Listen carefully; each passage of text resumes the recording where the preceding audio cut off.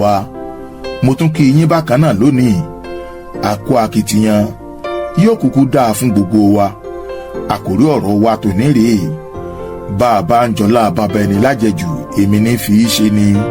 Bàbá ń jọlá bàbá ẹni lájẹjù èmi ní fi í ṣe ni. Ọmọ kan wà nílùú kan láyé àtijọ́, gbogbo èèyàn ló mọ̀ láàrin ìlú. Tolóhunkẹ́ lorúkọ rẹ̀.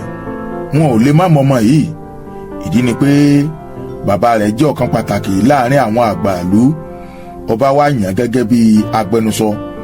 Àwọn èèyàn a sì máa dúró de lọ́pọ̀lọpọ̀ ìgbà pé èmi lọ́ba tún wí lónìí o. Kí ni kábíyèsí ní kẹ́ ẹ sọ fún wa o? Àwọn ìletò kéékèèké Adélàjà ni wọ́n a máa dúró de, torí pé tó bá ti dé iṣẹ́ ọba lọ́wọ́ á jẹ́ fún wọn. Ṣùgbọ́n bádélàjà ti jẹ́ ẹni tó tẹpá mọ́ṣẹ́ rẹ̀ tí gbogbo èèyàn mọ̀. Bẹ́ẹ̀ náà ni Tolóhunkẹ́ yìí sì ni àkọ́bí ọmọ rẹ̀. Bí Tolóhunkẹ́ ò bá jáde, òun àtonílù àpọ́n kan ní òjò máa lọ. Tolóhunkẹ́ aṣáájú yóò máa rìn, yóò máa yan. Lónílù àpọ́n yóò wá máa fìlù sọ̀rọ̀ pé èmi ní fi í ṣe ni, èmi ní fi í ṣe ni. Bàbá ń jọlá bàbá ẹni lájẹjù èmi ní fi í ṣe ni, èmi ní fi í ṣe ni, èmi ní fi í ṣe ni. Bàbá ń jọlá bàbá ẹni lájẹjù èmi ní fi í ṣe ni. Tolóhunkẹ́ ọmọ yẹn lọ, yóò ọmọ yẹn bọ̀. Gbogbo èèyàn ti mọ̀ ọ́n. Tí wọ́n bá tẹ̀ tí ń gbọ́rọ̀ ìlú yìí, wọ́n ti mọ̀ pé Tolóhunkẹ́ ní ń bọ̀. Ṣùgbọ́n lọ́jọ́ kan, bàbá rẹ̀ Adélàjà ni ọba gbé iṣẹ́ ńlá kan fún pé ó lọ sí àwọn ìletò kéékèèké kó lọ rèé jíṣẹ́ ọba fún wọn. Bí bàbá Tolóhunkẹ́ ìyẹn Adélàjà ti gbé ẹṣin ọba délé pé kóun lọ rèé wẹ̀ kó má sọ sára kó lè lọ rèé jíṣẹ́ ọba. Ibi tó ti ń ṣèyí lọ́wọ́ ni Tolóhunkẹ́ ti rẹ́ṣin lórí èèkàn. Kò tó ẹṣin lórí èèkàn, ó bọ́ sórí ẹṣin. Bó ti gun ẹṣin tán, ó bẹ̀rẹ̀ sí ní gẹ́ṣin kẹ́sẹ́. Pàù lẹ́ṣin já lórí èèkàn.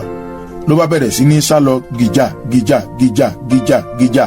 Tolóhunkẹ́ ò mọ bí ó ti fa ìjánu ẹṣin. Ẹṣin gorí àpáta, òun àtẹṣin àfibàràrà igwì ńlẹ̀. Orí ni Tolóhunkẹ́ màmú lọlẹ̀ o. Láriwo bá sọ, lòkìkí bá kàn. Wọ́n gbé Tolóhunkẹ́ délé. Ẹ̀pà ò bóró mọ́. Tolóhunkẹ́ ti dáwọ́lẹ̀, ó ti gbèkuru jẹ lọ́wọ́ ẹbọra. Gbogbo èèyàn ń pé bàbá rẹ̀ wá bọ́ síta. Ó wo ọmọ rẹ̀, omi bọ́ lójú rẹ̀ pòròpòrò. Ibẹ̀ ni bàbá àgbà ìlú ti jáde. Ó ní, Adélàjà, ọ̀rí báyìí, ó dùn mí pé Tolóhunkẹ́ kú.